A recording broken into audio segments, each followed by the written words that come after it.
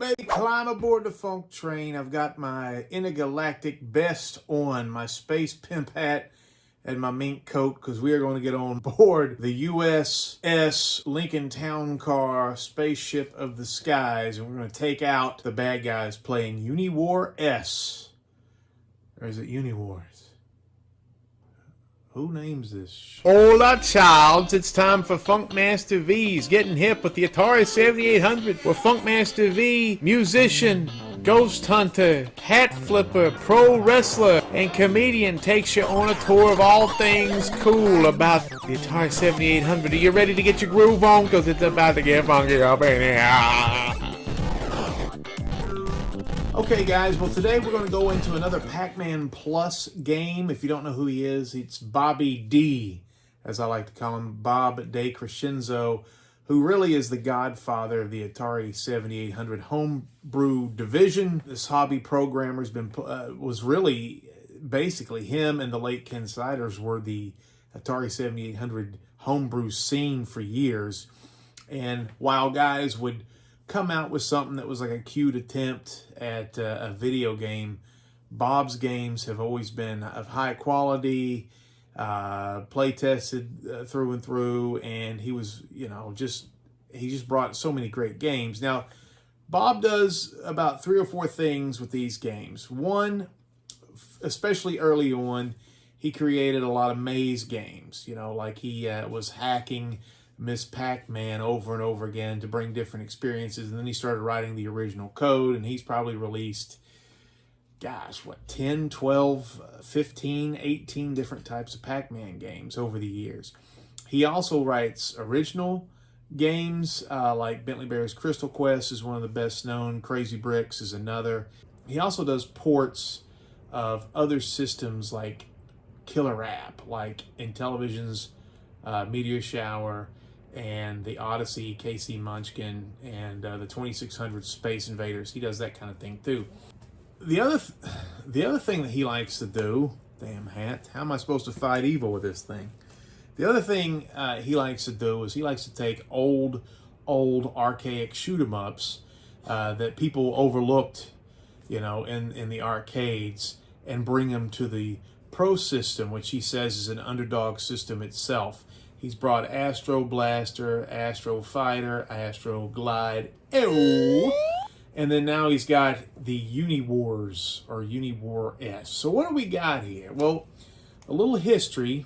The main player-controlled ship in this game actually won a contest on the awesome website, Atari7800forever.com. Who is the guy that runs that site? I bet he's a hunk. And so there was a silly little article that I wrote called Spaceship Fashion Show, because I couldn't think of a better name. But basically all the player-controlled ships from all the shoot-em-ups, I kind of ranked them on how cool and badass they were. In an upset win, the Lincoln Town Car in UniwarS won first prize, and all the little Atari 7800 nerds cried tiny little 8-bit tears when this bad boy rolled out. This is a gold, massive, cool-looking ship. It's not very productive. If we're going to die, which we always do in these games, we might as well look good doing it. So what is the heart and soul of UniwarS? Bob's port of this game is nearly flawless. It comes with several different options that are kind of interesting. He's got a 1-player version, of course, 2-player alternating, which is kind of standard, but he's also got a 2-player simultaneous mode, which is probably the best thing about this game. You can adjust the difficulty from easy to normal to hard, and you can have either 3 or 5 lives. I always go with 5 because the damn game cheats.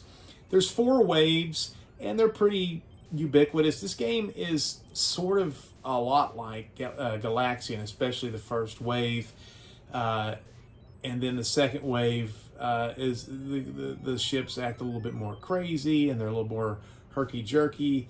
The third wave, they're strangely more docile, and the most interesting wave is the 4th wave, where you have these armored ships that have these shields that rotate, and occasionally they jettison across these dudes, really big dudes, and they go behind you and they try to kill you with a spear from behind. I don't know if that was some sort of euphemism. I know it's Pride Month and I'm wearing my gay hat, but men spearing people from behind, I guess you could read into that.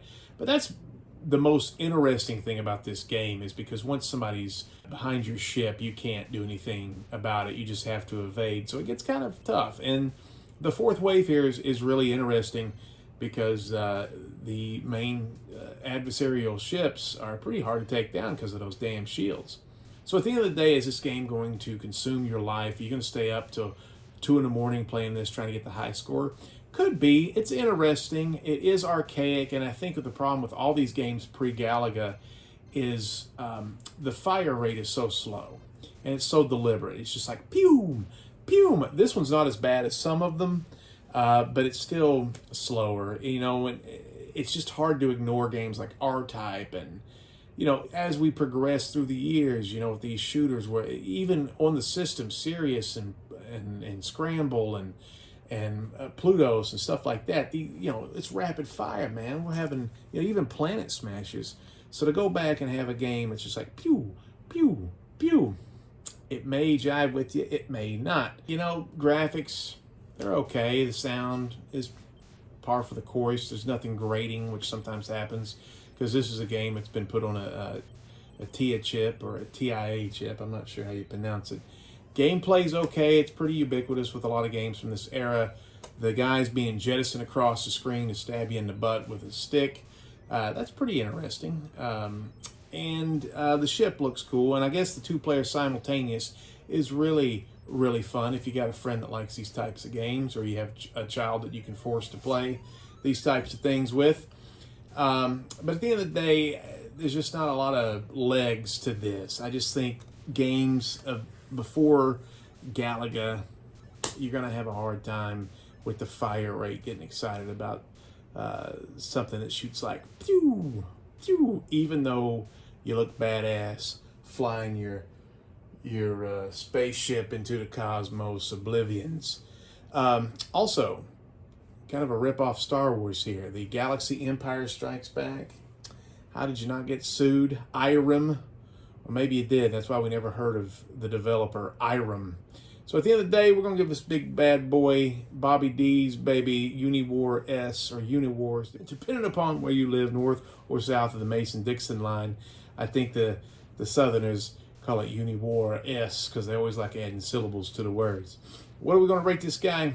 We're going to give it a 3 out of 5, but a very damn strong 3 out of 5. It's almost a 3.5. Almost. It's a good game. It's interesting. I just don't think it's going to take up a lot of time, and it's going to sit on the shelf quite a bit. Still, I'm glad we have it. It's a nice piece of arcade history. Bob has done another great job making this port, and it's something worth looking at if you're into these old school shmups. Shmups? Shumps?